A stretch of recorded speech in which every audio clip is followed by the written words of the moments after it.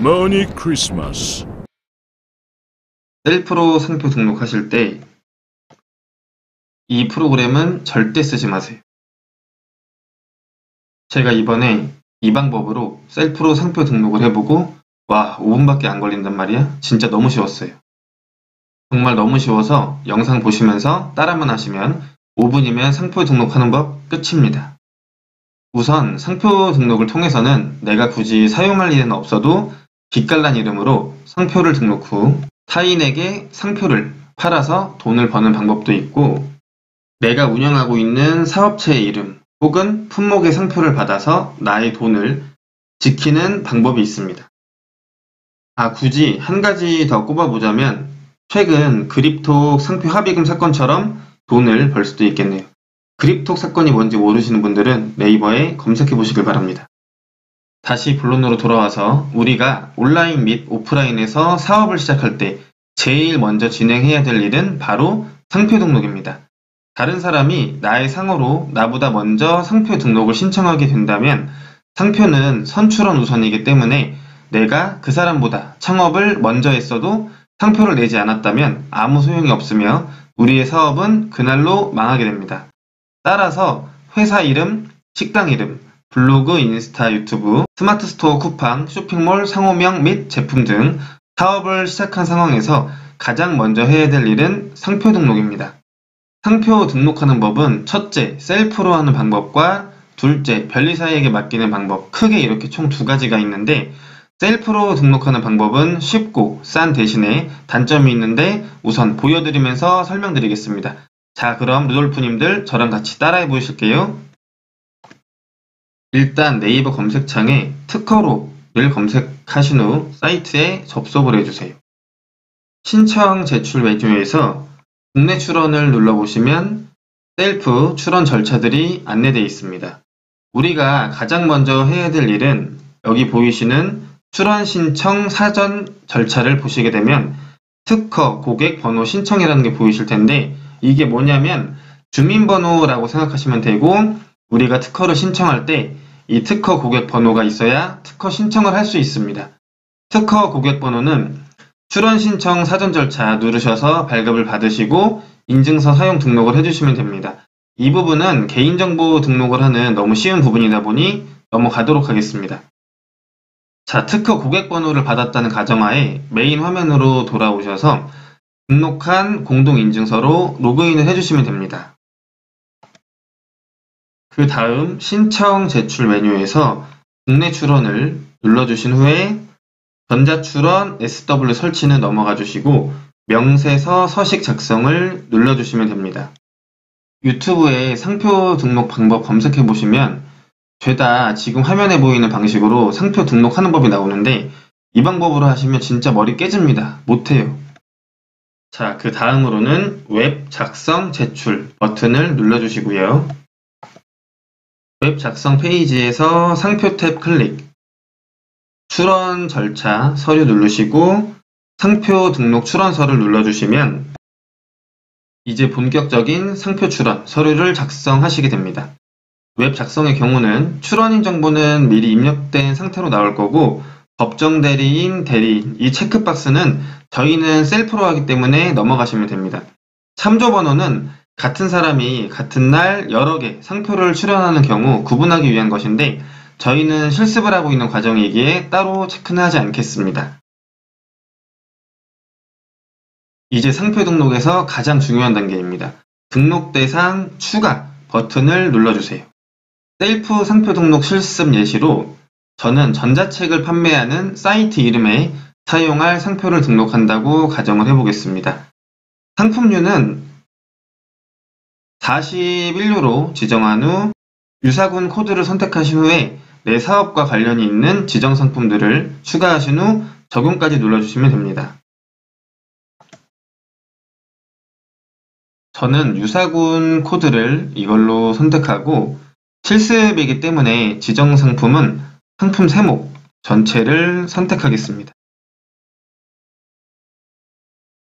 여기서 셀프 등록의 가장 큰 문제는 지정 상품을 잘못 등록해서 상표를 등록받게 되었다가 추후에 경쟁사에게 상표를 뺏기는 경우가 종종 일어나기에 셀프로 등록을 하실 때는 지정상품 등록 이 부분이 가장 신경을 써주셔야 될 부분입니다.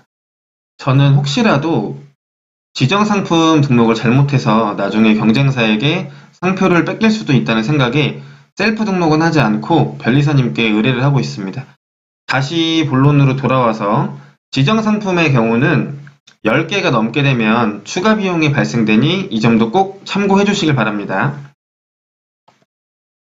그 다음으로는 상표 유형 오른쪽에 위치한 추가 버튼을 누르신 후 일반 상표를 선택해 주시면 되고 적용 버튼을 눌러줍니다. 그 다음 상표의 설명, 이 부분은 너무 간단하게 입력하시면 거절이 될 수 있으니 최대한 자세하게 입력을 해주시길 바랍니다.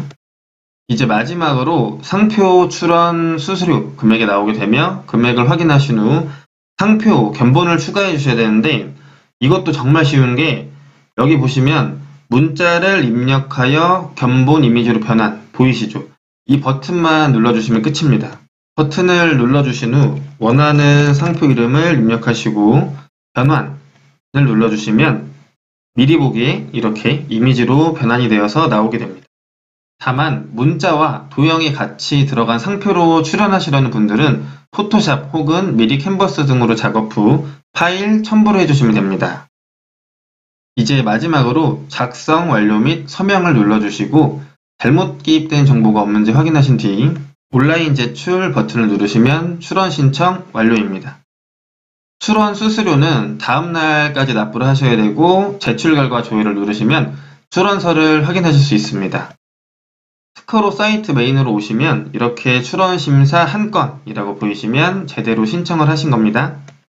이제 수수료를 납부해야 되기 때문에 수수료 관리 탭에서 수수료 납부를 눌러주신 후 온라인 납부를 클릭하셔서 수수료 납부를 해주시면 정말 끝입니다. 약 2주 정도 후에 키프리스 사이트에 내가 신청한 상표를 검색해 보시면 출원이라는 표시가 나오게 되며 일반 출원의 경우는 상표 등록 가능 여부를 알려면 최소 1년 이상이 걸리게 됩니다. 그래서 저는 항상 우선 심사를 이용하고요. 여기서 셀프 출원의 두 번째 단점이 있는데 특허청 상표 등록 통계에 따르면 셀프로 출원하는 방식보다는 변리사에게 맡기는 방식이 상표 등록 확률이 높게 나왔습니다. 셀프로 등록을 했다가 1년 후 상표 거절이 나오게 되면 1년이라는 시간을 버리는 것이기 때문에 나는 정말 이 상표는 반드시 등록을 하겠다 라는 상표라면 저는 셀프 등록보다는 변리사를 통해서 상표 등록을 하시는 것을 추천드립니다. 반대로 이 상표가 1년 후에라도 등록이 안 되면 나는 다른 상표로 바꿔서 사업을 할 의향이 있다 라면 셀프 등록을 추천드리고요. 우선 저는 아까 말씀드린 것처럼 셀프로 등록을 하게 되면 상표 등록 확률도 높지 않고 지정 상품을 잘못 입력했다가 상표를 뺏길 수도 있어서 항상 변리사를 통해서 상표를 진행하는데 변리사를 이용했을 때 장점은 첫째, 내 상호에 맞는 지정 상품을 확실하게 정해주고 둘째, 등록이 어려울 것 같은 상표도 최대한 등록이 될 수 있게 도와줍니다. 그리고 상표 등록은 방금 전 몇 번 언급한 것처럼 일반 심사가 있고 우선 심사가 있는데 일반 심사는 상표 등록 결정 여부가 최소 1년 이상 걸리게 됩니다. 일반 심사의 장점은 비용은 저렴하지만 단점은 1년 이상 동안은 내 상호로 경쟁사도 사업을 할 수 있기 때문에 1년 동안 내 매출의 일부를 뺏길 수도 있다는 점과 1년 후 거절이 될 수도 있다는 점입니다. 저도 예전에는 돈이 아까워서 일반 출원을 이용했지만 이제는 무조건 우선심사를 이용하고 있는데 우선심사로 상표를 출원하게 되면 1년 이상이 걸리는 일반 출원과는 다르게 약 3개월 정도면 결과를 알 수 있습니다. 그런데 상표 등록을 셀프가 아니라 대리인, 즉 변리사에게 맡길 때 주의사항은 오직 돈을 목적으로 등록 가능성이 없는 상표인데도 불구하고 상표가 나올 것 같다며 대행 수수료를 받는 변리사가 상당히 많고 상표 거절이 나와도 변리사에게 지불한 대행 수수료는 돌려받으실 수 없습니다. 따라서 어떤 변리사를 선택해야 될지 잘 모르겠다면 상표 특허 등록 및 보호 사이트 마크하다를 추천드립니다. 마크하다는 졸업도 하기 전에 변리사에 합격한 서울대 출신의 변리사와 서울대 출신의 개발자가 함께 만든 상표 및 특허 등록 그리고 보호 사이트인데 제가 마크하다를 추천드리는 이유는 첫째, 서울대 출신 개발자의 AI 기술을 이용한 상표권 등록 가능 확률을 판단해주는 등록 확률 조사 서비스가 있기 때문에 등록이 안 될 상표를 등록 시도를 했다가 아까운 우리의 시간과 돈을 낭비하지 않도록 도움을 주는 곳입니다.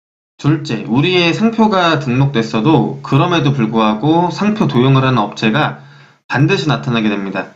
이런 경우에는 변리사를 통해서 상표 분쟁을 해결해야 되는데 업계 평균 이 비용이 건당 30에서 50만 원입니다. 하지만 마크하다 사이트에서는 마크케어라는 상표권 보호 서비스가 있는데 건당 30에서 50만 원에 진행이 되는 상표권 침해 대응 서비스가 겨우 건당 14,900원입니다.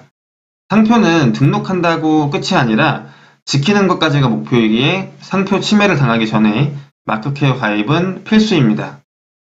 마크케어는 가입 한 달 후부터 마크케어 효력이 발생되기 때문에 상표 침해를 당한 후 마크케어에 가입하면 유예기간 한 달 동안은 보호를 받을 수 없기 때문에 반드시 상표 침해를 당하기 전 마크하다 사이트에서 마크케어 가입을 하시는 것을 추천드립니다. 갤럭시는 삼성케어, 아이폰은 애플케어, 상표권은 마크케어. 재미없죠? 죄송합니다. 제 주변에 상표권을 빼앗긴 사람들의 공통점이 상표 등록 비용이 부담스러워서 조금만 더 잘 되면 등록하려고 미루다가 경쟁 업체한테 빼앗겼는데 너무나도 유명했던 골목식당, 덥죽 상표권 분쟁 사건의 경우는 백종원님께서 끝까지 도와주셔서 3년 만에 상표권을 얻게 되었습니다. 이 사례를 잘 생각해 보시고 소 잃고 외양간 고치질 마시길 바랍니다. 그런데 외양간이라도 고칠 수 있으면 좋겠지만 상표는 한 번 뺏기면 찾을 수 없기 때문에 사실상 외양간도 같이 잃어버리는 셈입니다. 우리 같은 일반인의 경우는 우리의 상표권을 경쟁사에게 뺏기면 찾을 확률은 0%입니다.